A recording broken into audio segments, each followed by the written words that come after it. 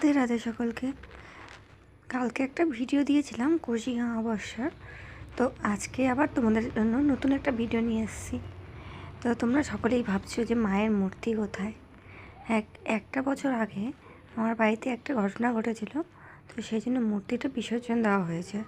তো এবছর আবার কালী পুজোর সময় মায়ের মূর্তি আমার বাড়িতে আসবে। তো এবার এবার আমরা ফটোতেই পুজো করেছি, আর মায়ের একটা মূর্তির ছবি রাখা হয়েছে। আর তারাপীঠের ছবি তো দেওয়াই হয় প্রত্যেক বছর কৌশিকী অমাবস্যাতে। তো তোমার কেমন লাগছে ভিডিওটা দেখে অবশ্যই জানিও। আর নতুন নতুন ভিডিওগুলো আসছে, খুব তাড়াতাড়ি সঙ্গে থেকো। সাথে বিপত্তারিণী মায়েরও পুজো করা হয়েছিল এবার একটা বছর পরে। তো এবার অমাবস্যা তিথিতে সেই মায়েরও পুজো হলো। তো মাকে কেমন লাগছে অবশ্যই দেখে জানিও। আর সেরকমভাবে এবার আয়োজন করা হয়নি, তাও ছোট্ট মোট করে